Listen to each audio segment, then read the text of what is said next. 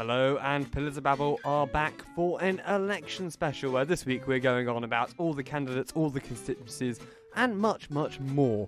I'm Archibald Elliott, and as usual, I'm joined by Oliver Sykes. And yeah, that's this week sorted.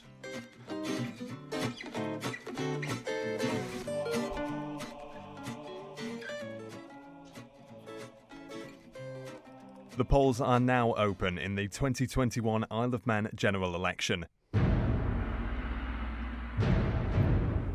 Those are the sounds we heard yesterday morning at 8 a.m. when the polls opened, yes, for Oliver and I's first election we could actually vote in. It was quite exciting. I was down at the polling station, I think like a minute to 8, because I needed to get out to do some exit polling, as we'll be hearing about later. What was your experience voting, Oliver? I found it a very interesting experience. Of course, I'd never done it before, but it was really easy and simple. And I'd had a lot of people comment to me that even registering to be able to vote, they said, God, it was so simple. And the voting is so simple because there's people there to instruct you on what to do. And there's not an awful lot that needs doing. You walk in and you go up to a polling official, and they point you in the right direction, and before you know it, it's done. But it's being careful with where you're putting your crosses. Indeed, it is definitely to be very careful about where those crosses are going. But it is in pencil, which was something which quite confused me. I was speaking to a few kind of electors after that, and we were thinking, why is it in pencil? We'd think at least we'd progress to pen, because pen is a permanent ballot there. And you think about it, even when you sign a bank check, you can't sign it in pencil. You have to sign it in pen, because it kind of gives that sense of finality. So that's something I found quite interesting about the whole process. It's just a stubby pencil attached to some string. Yeah, indeed. That was an interesting thing that I noticed when I went to pick up the pencil. But I also... I thought you always hear that it's quite secretive, you going to vote, but I didn't find that the booths that sort of secretive. I know, they're quite open. They're quite open, and I thought you'd go right into a space. And obviously, I know in some countries, you have curtains and everything, and really secret. But it was quite sort of, you could have several people around you in this area. But no, I found it a great and easy way. But I suppose. It's been talked about in the run-up to this election about potential electronic voting or, voting online. Some people have said it would take the sort of the tradition out of it, and I would agree on some aspects of that. But maybe sort of electronic voting, but you still go to the polling station and press a button or whatever. That's probably more secure than online. I mean, they've said that the online going through a website could be done, but I'd like to hear your thoughts on that, Archie. I think it's important always to remain a mix, as not to leave those who maybe don't like technology behind in kind of that gap. So older generation, they like to do their banking in person. They like to kind of do things by post, and don't necessarily like the online revolution per se. So I think it's quite important we still retain that traditional way of voting. But again, it's something which could be looked at, especially to inspire maybe more young voters to actually they can go out and vote easily from the comfort of their own armchair, for example. It's the armchair voter, like the armchair politicians as we see on Facebook nowadays. It does seem to be the way people like to go. But it is time for us to go and look at some of the all of the constituencies, and we can actually speak about some of the candidates. Indeed. The Isle of Man General Election 2021 coverage on Manx Radio. That was the consistent theme of last night's election coverage, as Oliver and I were both listening. We're on from, I think, 6:30 to 8 We were there as well. for the build-up. It was exciting. I'd never known time go so quickly in the build-up to 8 o'clock when the polls closed. 1 minute was 22 minutes, then it was 7 minutes, and before you know it, the polls were closed. They were shut. They were gone. Well, it's time to look at our first constituency. So, what was it, Oliver? Well, I believe the first constituency to be announced was Douglas South. I was there actually in the day exit polling, and I thought it was rather tremendous thing to do. And I think the exit polls were right mostly throughout the night. But anyway, that's not important. So, yes, in Douglas South, we had Sarah Maltby get elected for the Manx Labour Party with 1,244 votes, and Claire Christian with 1,242 votes. So there's only 2 votes between the 2 candidates that got in. In third place, sadly, was Paul Quine with 1,094 votes. Obviously, Paul got in last year on a by-election, but sadly didn't get enough votes to carry on to do a full term. And then in fourth place, we had Gerard Higgins with, I think it was 500 votes. I may be mistaken on that. I think it was that. Anywho, Just to pick up 552. Sorry, I'm mistaken. Well, you said that sadly Paul Quine lost out. Did you particularly like Paul Quine? I thought what he did in Tynwald was very good. And the comments that I've heard from other people, I believe he's very good at the constituency work. So yeah, no, I think he put his all into the campaign. And yeah, I mean, you know, it's difficult when you don't get elected. You know, when you don't get back in. You know, politicians are people at the end of the day, and I suppose it's one of those things. You know, we have to move on at some point, don't we? Well, I suppose it's once you've been voted out, it's hardly time to go in. I know there was going in again. There's some candidates who were voted out, and they've re-stood again, and obviously they've not got in. Definitely. But it was kind of an interesting comment. At least I was speaking to some people last night, and it seemed that in the political world, we thought some of the MHKs are setting themselves up, going in and kind of like the likes of Graham Cregeenis is a totally different constituency, but setting themselves up to be MLCs, which I thought it can't be the case, because if you've been voted out by the people in your MHK role, you don't have the mandate surely to go out and be an MLC. I was quite annoyed to hear that several, you know, sort of former MHKs or other people saying, or sort of, you know, colleagues of Graham's saying, oh yes, I think Graham should definitely stand for MLC. I don't see why, really, because the people MLCs, didn't want him, so why should we want him in our government? And the MHKs are putting them forward as the people's representative. But it is straying from our strand of Douglas South. So what do you think of the candidates? Well, I've sort of seen a lot from Sarah Maltby and Claire Christian on social media. I think they've used it very wisely. I know Sarah put out in the January the 4th, I think it was, that she was going to be standing. So she's put in a lot of hard work, because, you know, from the moment you say you're going to be standing, people expect you to be calling round or to be answering questions, and or, you know, the media want to get in touch with you and start getting sort of I thought it's quite an early declaration in my view, January 4th. But, you know, it's early not necessarily in the scheme of the worldwide politics, but in the islands it's usually quite common to declare like early August, late July is kind of when some people declare. We have even had some this election declare right up it's like the day before the thingy closed. Yeah, I mean, that's too late, in my opinion. But I did find it quite interesting, especially on Sarah's manifesto. There was only one, at least on her personal manifesto. The Manx Labour Party have a separate manifesto, which I'm not currently commenting on. But her manifesto, which she sent out, mentioned climate change once in doorstep conversations, which wasn't really the views of her, and then only once in recovery from COVID, they mentioned climate change. And there's no environmental section in that manifesto, which I was quite disappointed on.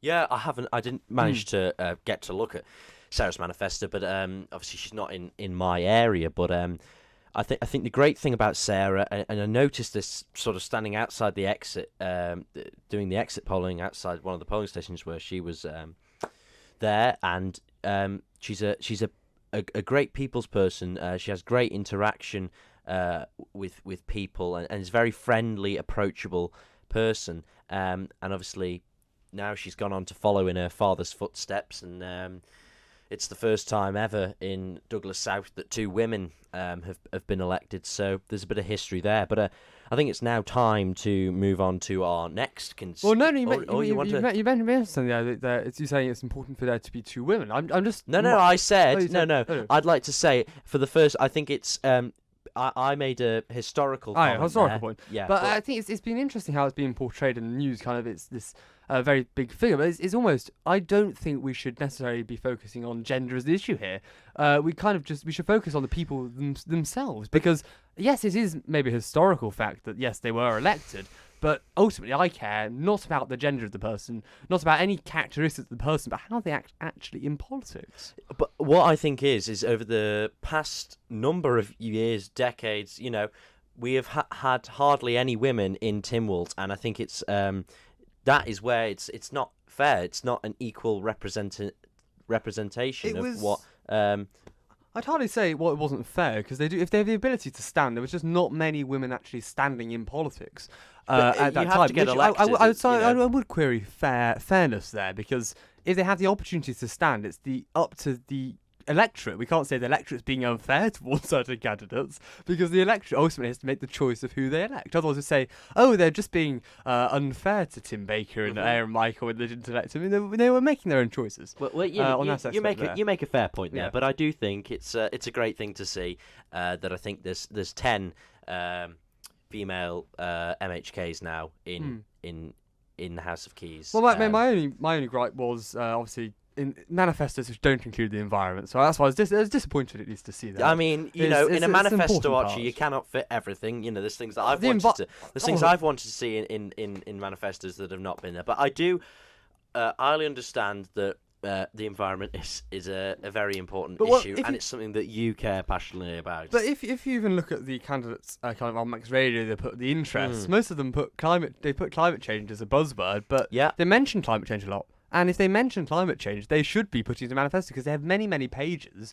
It's not even like a choice mention. There's not even a remove plastic bags. So that's what's that's definitely is what we were sort of talking about last night. Is where do we go with the climate change? There is so many things, but it's what you're actually going to want to implement and how you're going to do it. It's all very well saying we need to get all the carbon emissions down by 2050 or 2035 or whatever, but it's actually what are you going to put in place to make that come into effect.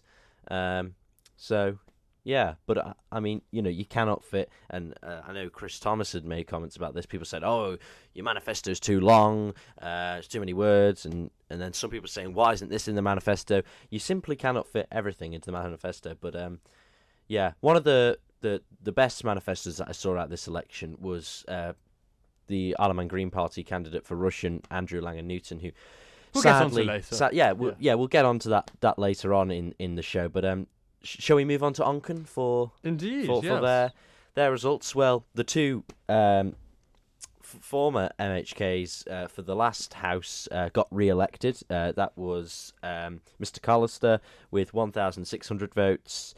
Followed by Miss Edge with 1,363 votes, and then in third was the John Bercow endorsed James Cherry with 570 votes. Did you see that John Bercow endorsed video? Oh, I must say that video was rather interesting, because there's a paid cameo, which isn't necessarily sticking, I'd say, within the election spirit of endorsements. Yeah. Yeah. Anyway, so he was placed in third with 570 votes. Followed by Peter Willers, who was the Liberal Vannin candidate with 446 votes, and then Michael Leatherer with 177 votes. I'd just like to point out as well, hopefully all my sort of numbers are correct. I do apologise if they're not. Tried my best. But if there is an occasional mistake, then I do apologise. So it was interesting there to see the two incumbents get re-elected. Well, I think it shows they've just done a good job. They've done a good job, definitely. Yeah. And I know that Mr. Callister's definitely edging for a ministerial role this time, potentially. He's I don't know whether you saw his blogs throughout the last 5 years. Yes, but he did sort of blogs to show accountability and transparency, and sort of what I do as an MHK and what it's like. And I read them quite a few times, and he was putting in some long days, and that just shows what hard work goes into it. I mean, there was a comment last night on the Manx Radio election coverage, and it was that your phone can go off at any point of the day, and it's sort of your duty. I mean, you don't have to, but to answer it is constituency MHK. But again, one of the points I'd like to say about these candidates, I was pleased to see, obviously, Julie Edge in her kind of interest, especially towards Max Radio. She said, well, climate change is one of my priorities, and I want to focus on. Same did Rob Callister. Julie Edge, I think her manifesto did actually involve climate change quite a lot. It's a nice cohesive kind of mix there of what she stood for. But then we saw Rob Callister mention climate change in his Manx Radio kind of election card thing, and then not a single mention, not even like a choice mention of climate change or anything about the environment in his manifesto that I could see, which I found quite shocking. I sort of relaying on the comments you're making earlier. When you sort of make a pledge that you care about it, and then it's not featured, then it's a bit annoying. I mean, there was one candidate in my area who put in his. Oh, no, sorry, that was 2016 manifesto I was reading. Yeah. Why, yes. But a candidate that, they put out these introduction card. I don't know what the exact terminology is, but sort of, I'm standing. This is sort of what I sort of believe in. My manifesto's coming out soon, and it was, I care passionately about young people. But unfortunately, there was nothing about young people in their manifesto. There was no section, but there was a pensioners section. So it's concerning, really, that you say one thing in your sort of introduction thing that you care passionately, but then there's a pension section, but there's nothing for young people. Anywho, I think we should now move on to your constituency, Archie. Indeed. Which was Arbury, Castletown, and Maloo. Yes, it's quite a fascinating election there. I suppose you can run through candidate results quickly first, I say. Probably a good idea. Well, in first place was Jason Morehouse with a large number of votes, 1,980, followed by Tim Glover, former news editor here at Manx Radio, with 1,818, followed by Steve Crowther with 1,484, and then in fourth place, the former, he still is, the Minister for Home Affairs and Justice, Graham Cregeen, with 730 votes. Your thoughts on your area, Archie? Well, I would say it was an interesting election. I was obviously glad to see Graham Cregeen exit. We had quite a few clashes at the requisition meetings, to say the least. It didn't seem like the current MHK is actually doing a lot to push forward, for example, the new school or looking at the airport technology gateway that wasn't really dealt with in the past 5 years. It was, again, quite interesting to see the manifestos. Again, it didn't seem like many were very, very strong on particular policy, but it's better, I suppose, better candidates than last time, I would say, definitely. Very good. I suppose next we'll keep moving on because we've got a lot of constituents to get through, and there's only so long we can go on for. So Russian is up next. So that is my area. In first place with a staggering 2,384 votes is now the longest current serving MHK, June Watterson, followed by Dr. Michelle Hayward with 1,386 votes. Obviously, Michelle, a newly now elected MHK, former chair of Port St Mary Commissioners. So I sort of see why Michelle got the support. Obviously, she's had a bit of background in local authorities, and clearly the people have put their trust in her and decided to vote for her. So, thirdly was Mark Kemp, who sadly stood again and didn't get in. Obviously, last time he was within a swing of 55 votes of getting elected, shortly behind the now president of Tynwald, Lawrence Skelly. Mark Kemp got 1,163 votes, and then in fourth place was the Isle of Man Green Party candidate, Andrew Langan Newton, with 1,109 votes. Going on to a comment that I was making earlier, one of the best sort of laid out manifestos, which was not an awful lot of writing, easy to read, pleasing to the eye, was Andrew's manifesto. It was really good. It set out his vision, his aims, and I really thought it was good. And Andrew, the leader of the Manx Green Party, put out a thing today and said, this is just sort of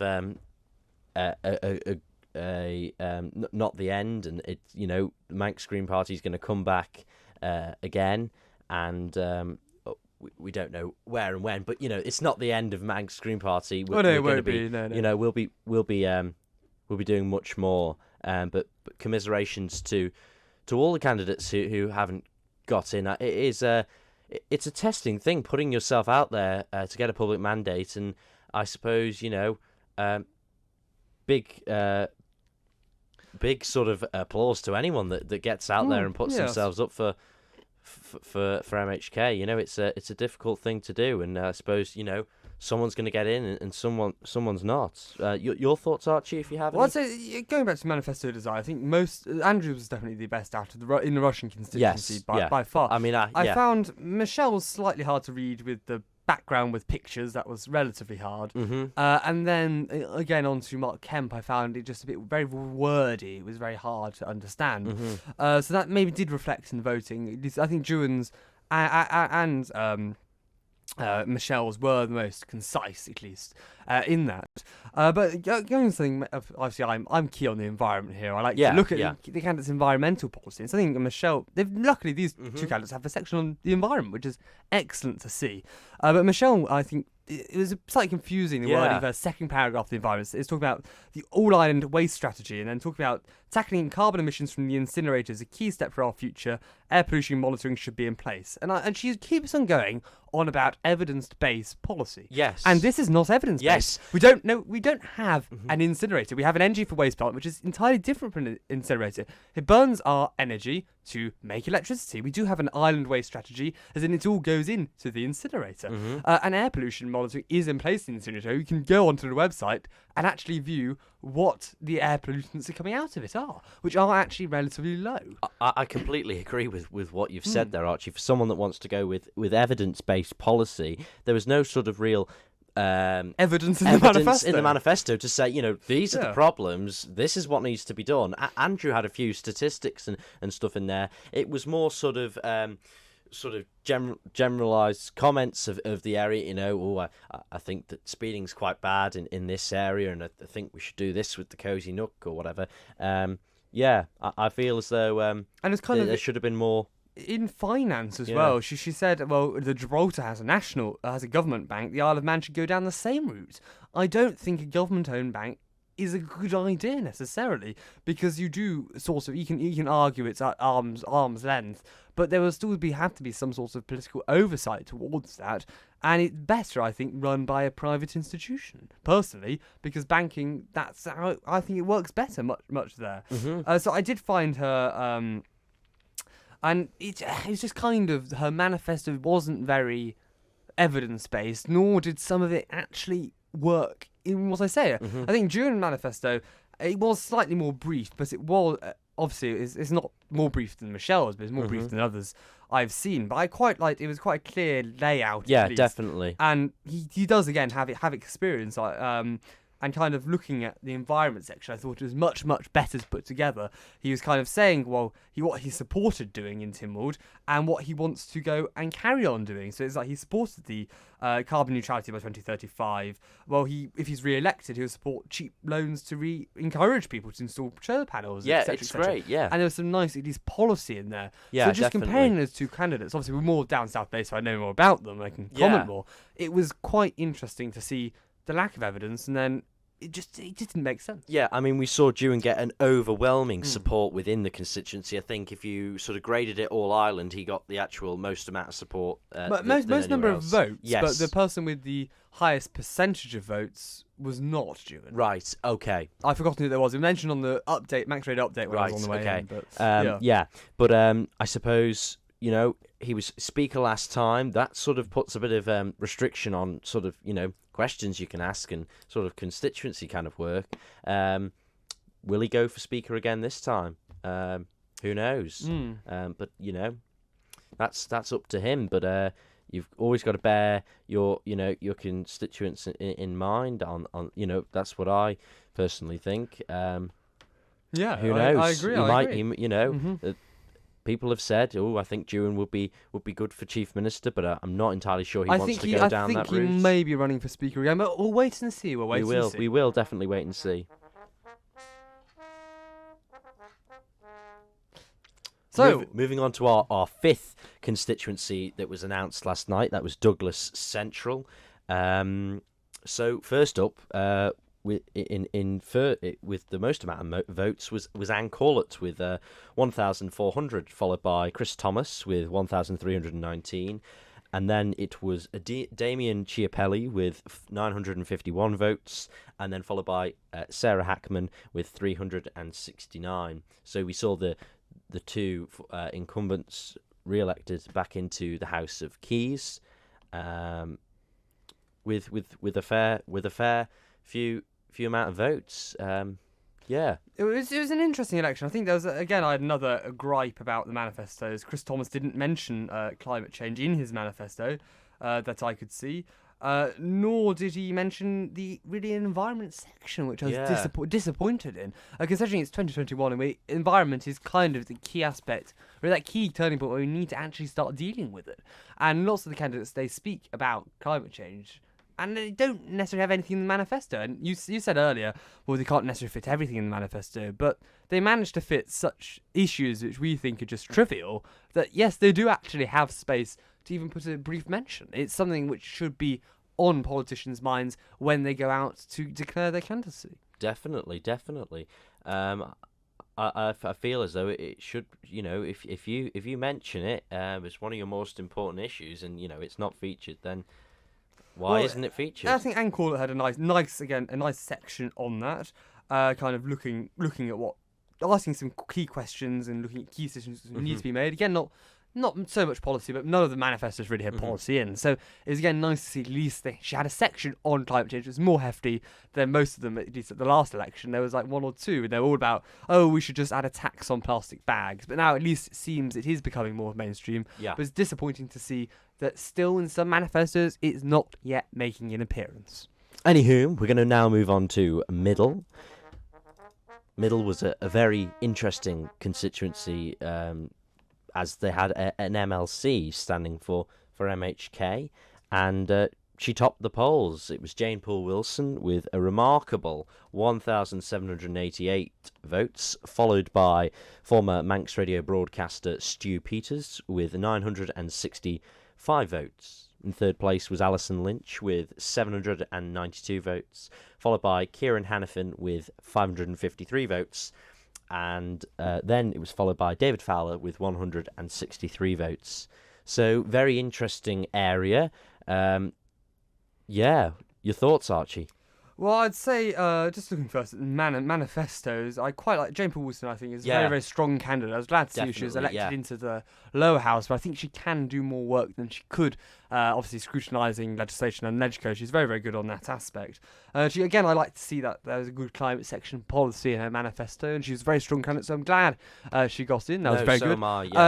With Stu, on the other hand, obviously, there's nothing about the environment. He's a disbeliever kind of in climate change, which was disappointing because I think the rest of his policy, what he stood for, I did actually agree with. He was standing for kind of common sense as accountability, as he always said. Yes, he's a common sense candidate. Tackling the woke agenda. Tackling the woke agenda, which I entirely agree with. So I think he did, and I'm not being ironic here if you think I am. He's definitely not, he was actually, I think, Archie's not. He was being a decent candidate, apart from the environment aspect. I think he was generally looking at scrutiny, looking at civil service, kind of looking at taking away the patronage, not patronising, all of those kind of aspects, looking at making government more efficient is something I think we can all get behind, and looking at making government more transparent, more kind of efficient, and increasing the scrutiny level, which I think is something important we need to do. Well, Stu's certainly put out some interesting comments into the public domain over the past couple of years, and it'll be interesting to see how he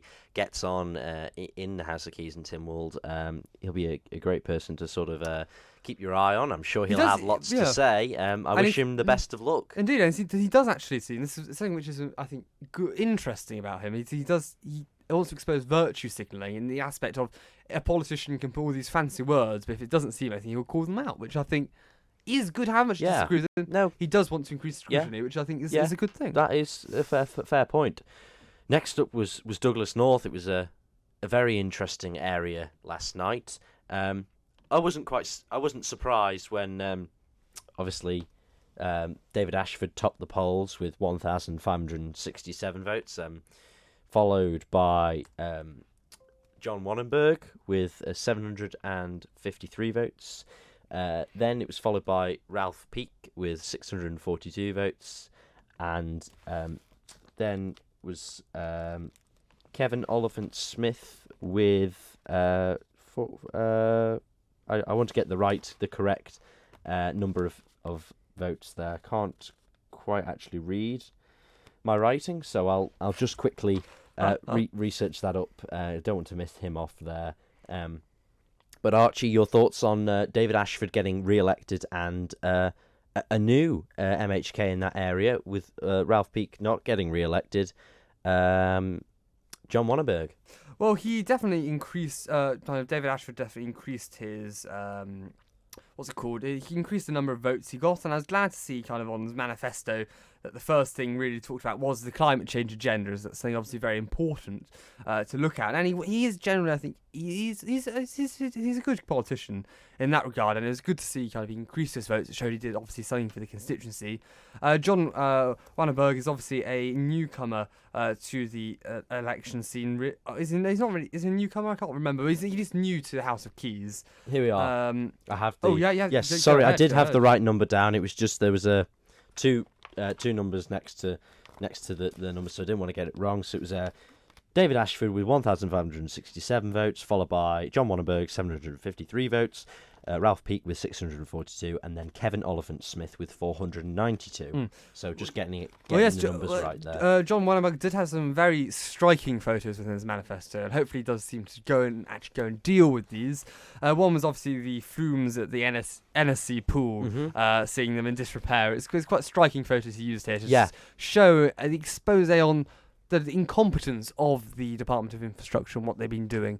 So it's quite good to see that. And again, obviously on the prom and all those works, on the overhead, and it's just the prom has taken ages, and then we'll get onto it later. I have a brilliant comment about the prom and certain little traffic things on it.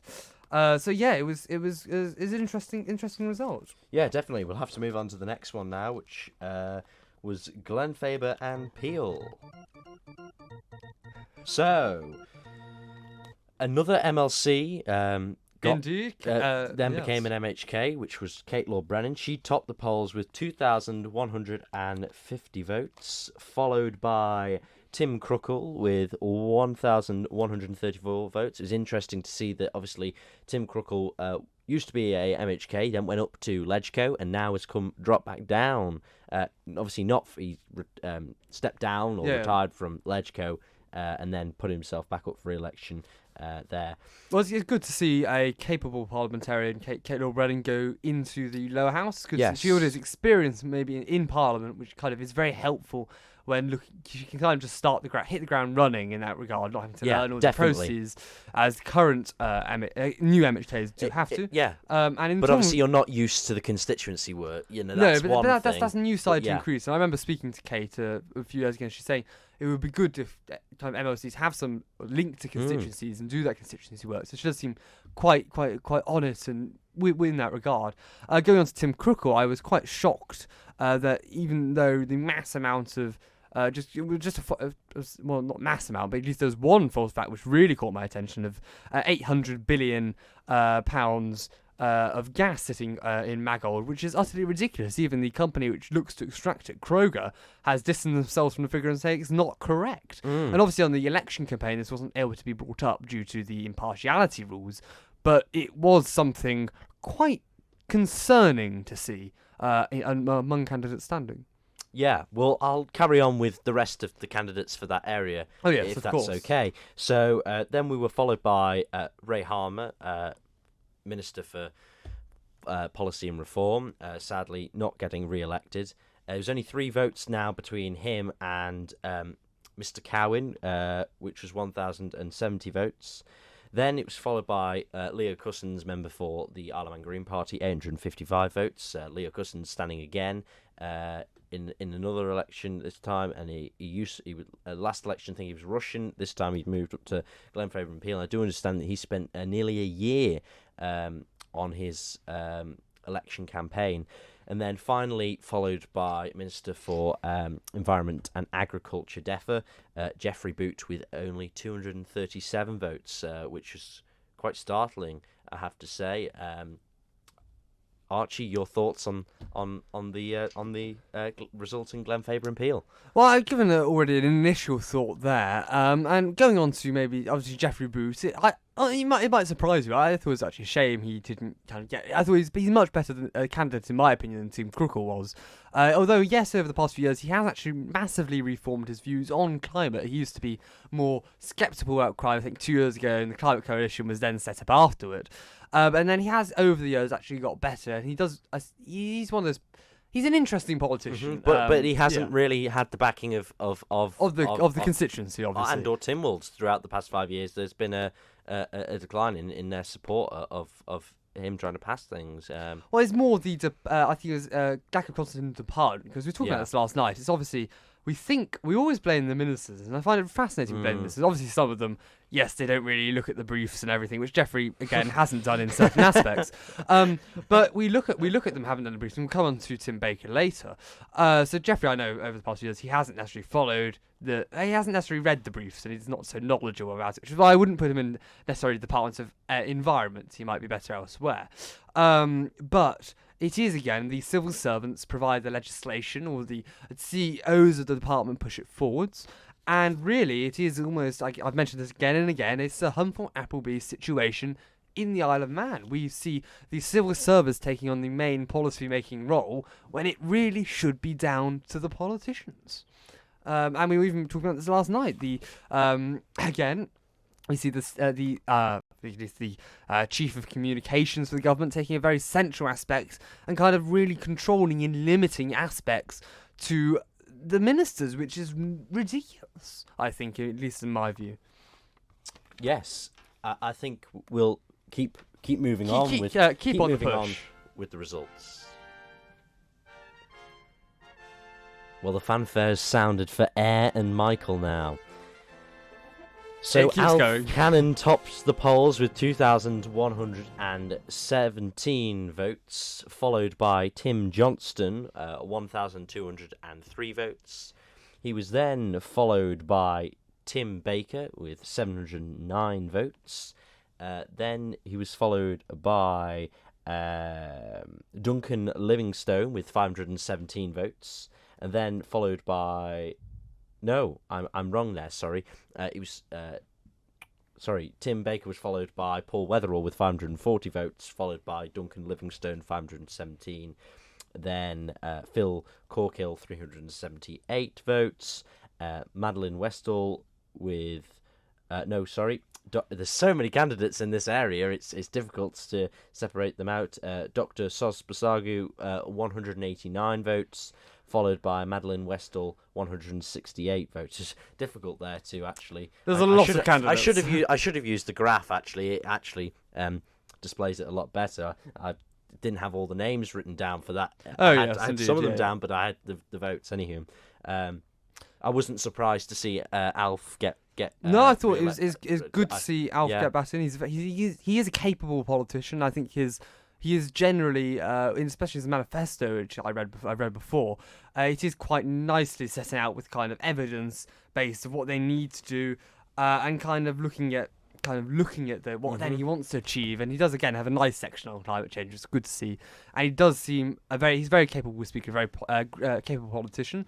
I think he probably now will run again for chief minister. So it'll be interesting to see what happens there. But I think he's a capable candidate. Indeed. Definitely. Well, I think we'll now keep moving on. No, Aaron Michael. Aaron Michael. Aaron Michael, we have a lot to talk about here, Oliver. You're moving too swiftly on. Sorry. Well, we saw obviously Tim Baker lose many votes. Actually, well, did he? He did lose a lot of votes. He didn't actually get in again, which was hardly a surprise. I did say before, if Tim Baker did get in, I would endorse him personally for chief minister, because he would have achieved a feat of.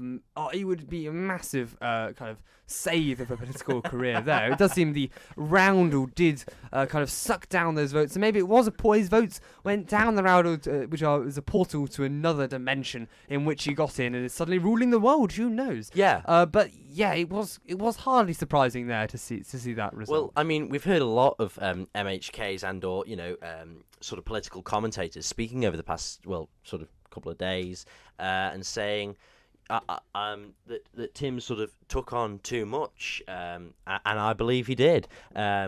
And that's probably why it's affected him. Well, his nickname in Timwood has been before Super Tim, so maybe Super Tim flew too close to the sun. He did sort of say after speaking to one of the people representing Manx Radio, interviewing him last night. I think it was Judith Lay, and he was saying, maybe I focused too much on the national issues and did take on too much. And he did say, he did actually say I was a national politician. I thought. If you're comparing, especially on the island wide, you want to be not just a national politician. You want to be a constituency and national politician. But It's key in the Isle of Man politics. It's surprising how no one told. It is surprising though how no one told him. Tim, you're taking on too much. But obviously, clearly. And he said he was surprised that he didn't get in, which I found fascinating. But anyway, we should move on because then we can talk about the general topics afterwards. Absolutely. We have Claire Barber with 600 and this is for Douglas East. Claire Barber with 692 votes, followed. There's actually Joni Farragher who topped her, but anywho, Joni Farragher led with 741 votes. Claire Barber with 692. That was then followed by Michael Josem, 508 votes, followed by John Jochen, 477 votes, followed by Peter Gilmore, 313 votes, then followed by Amanda Walker with 217 votes, followed by Christian Newhart with 152 votes. So we've seen Joni Farragher top the polls as leader of the Manx Labour Party in Douglas East. Indeed, and we'll get around to kind of party politics issues later on. It was an interesting election. There was a lot of candidates in Douglas East, and we didn't really see anyone. Obviously, no one got over 1,000 votes. It's quite a difficult constituency to get in because there's a lot of transient movement through it. Lots of people go there and then move on, and it's not very high on voter registration. So yes, it was a tough constituency, and obviously we saw then Michael Josem then lose out by a few hundred votes, which was interesting to see. What are your views? Yeah, it was interesting to see. Obviously, Michael Josem going for a different area this time. He obviously stood in the by-election for Douglas South last year, then moved to Douglas East, which I still believe isn't actually his where he lives, but he decided to go in there. It was not really surprising to see Joni Farragher and Claire Barber. Obviously, Claire Barber getting re-elected, and Joni Farragher topping the polls. But not a particularly high turnout in that area. What was it, 32% with 1,172 people voting? Yes, it was relatively low. Yeah. Anywho, I think we'll move on to one of our final constituencies. I believe we only have 2 left to go. So we move on to Ramsey, Royal Ramsey. Indeed. A lot further up north than me and Archie are used to. Too far up north, as some say. Yes. So in that constituency, it was the leader of the Liberal Vannin Party that topped the polls. A bit of a different change to 2016 general election. Indeed, yes. So Laurie Hooper topped the polls with 1,657 votes, followed by Dr. Alex Allenson with 157 votes. The two incumbents staying in place. Yeah, but they've swapped around. Indeed. Then it was followed by Robert Cowell, 679 votes, followed by Liam Parker, 664 votes, followed by Mr. Mann, Simon Mann, followed by with 555 votes, followed by Erica Spencer, 438 votes, then Leonard Singer, 405 votes, and Jonathan Kinraid, 345 votes. Indeed, yes. Mm-hmm. It was an interesting election. I think hardly surprising in my view. I think there were two capable candidates again going in for a second term, and we'll see. I think Alex Anderson's not ruled himself out of going. He said it's not an opportunity to pass up to become chief minister, so we might see him again running, and probably I'm going to say against his fellow minister Alfred Cannon. Yes, definitely. Yeah.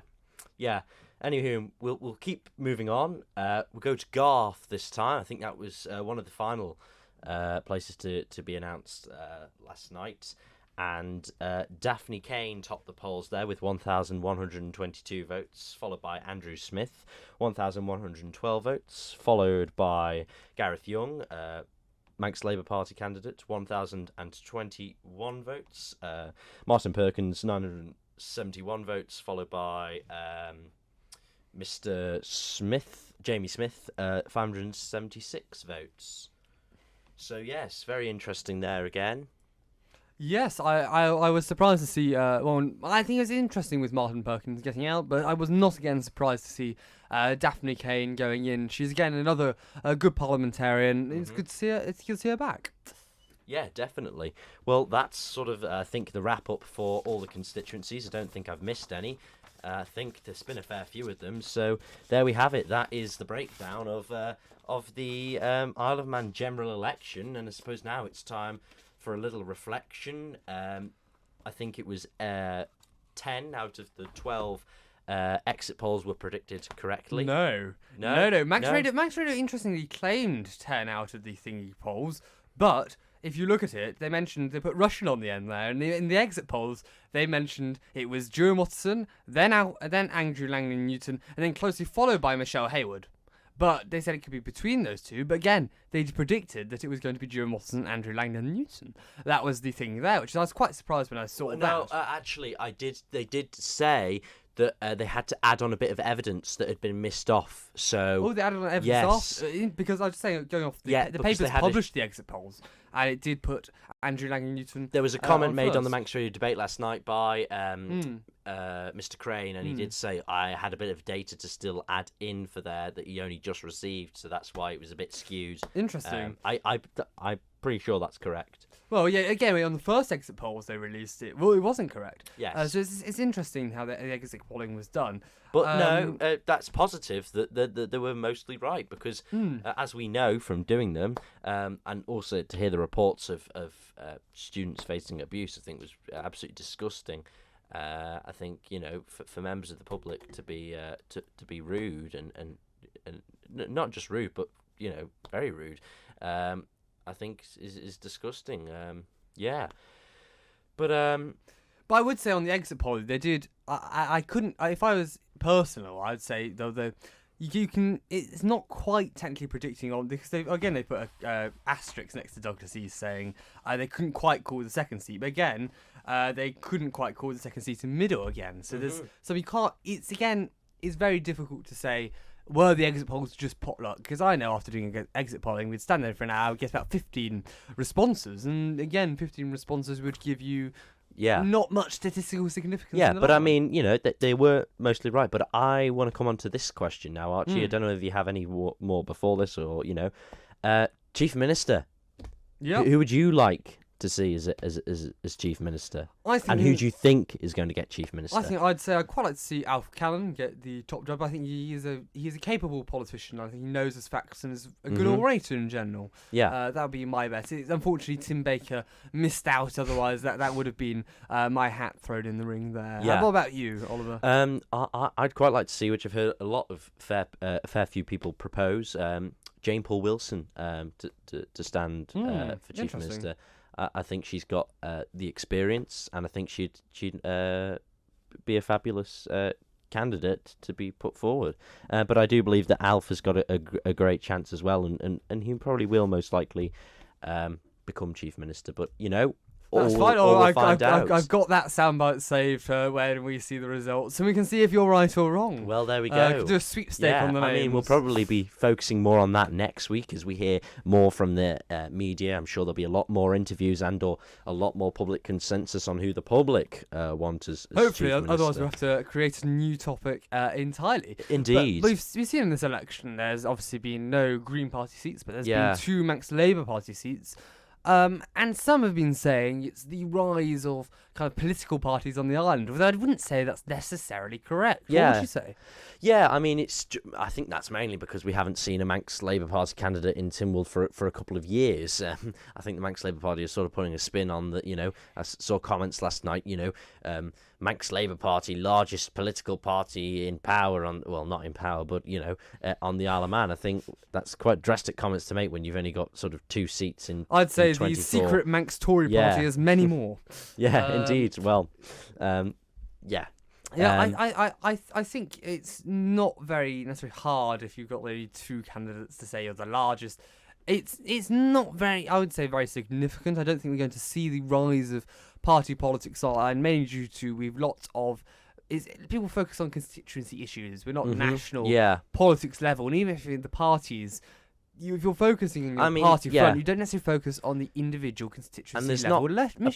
Apart from in Douglas in the sort of the council, none of the local authorities, no one really stands as a party candidate, do they? So we are an independent nation, therefore we have independent politicians. It seems. There you go. Yes, it does seem like that. But again, I think it was definitely a fascinating election. I'd be very interested to see when obviously the chief minister, those throwing their hats in the rings, put out. I'm not sure when the first Tynwald sitting from memory is. I think it's next week. Yeah. It's relatively soon from memory. It's the 20. I'm not sure. But I'm sure the civil servants have already produced the program for government today. It'll be finalised and put in already. Oh yes, they've looked at all the manifestos, and that's how they do it, But that's apparently what we've heard, so I don't think they'd ever confirm or deny that. They'd probably deny it even if it is true. Oh, absolutely. In absolutely. So, yeah, it's definitely been an interesting election season. So how would you describe almost your perspective on it? Yeah, I think it's been interesting. It's been nice to sort of see a few shake-ups within Tynwald. A lot of the...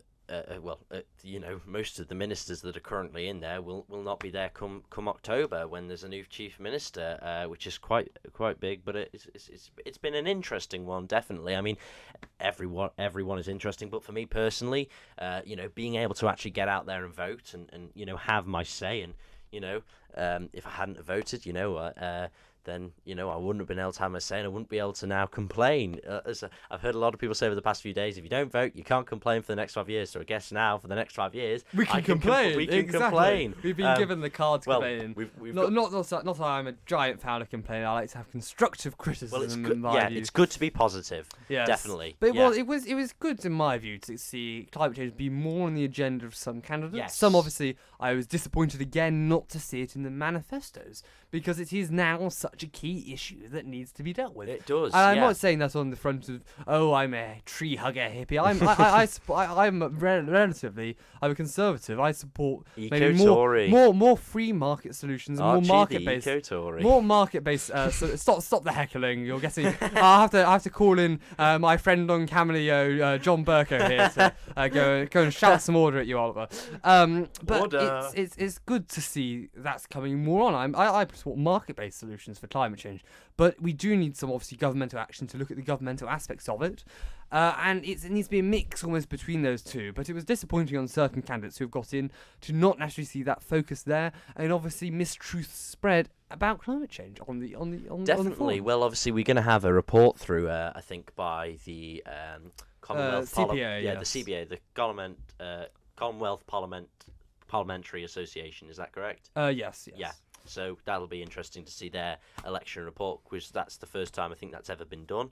And I'm sure we'll probably do a big feature on that in our podcast, potentially to see what they've had to say. They've been observing it, so yeah. But I suppose that really concludes this week's special. Yeah, so that's been all about the election. Next week we might have some stuff to do with the chief minister election. If not, we'll keep rambling on. We'll ramble on and come back to some usual program before maybe who we want to see in Comyn. Well, it all depends on the facts and figures which come out and whether they hurt your feelings or not. But yes, that does conclude this wonderful podcast. That's PolitiBabble. We do hope you've enjoyed listening. As usual, you can find all of our past episodes before the Manx mini-series. They're covering a variety of topics from the EU to I don't know what. There were so many, they've slipped over my mind, but you can find them at manxradio.com/podcasts/PolitiBabble. Yeah, so do go, give them a listen, let us know what you think, and if you do want to become a guest on our season coming up in October, or maybe even starting next week, depending on the info that comes out, do get in touch and let us know. Or if you have any topics that you want to suggest we cover, do let us know. We'll try and break down them for you and encourage more youth engagement. You've been PolitiBabbled.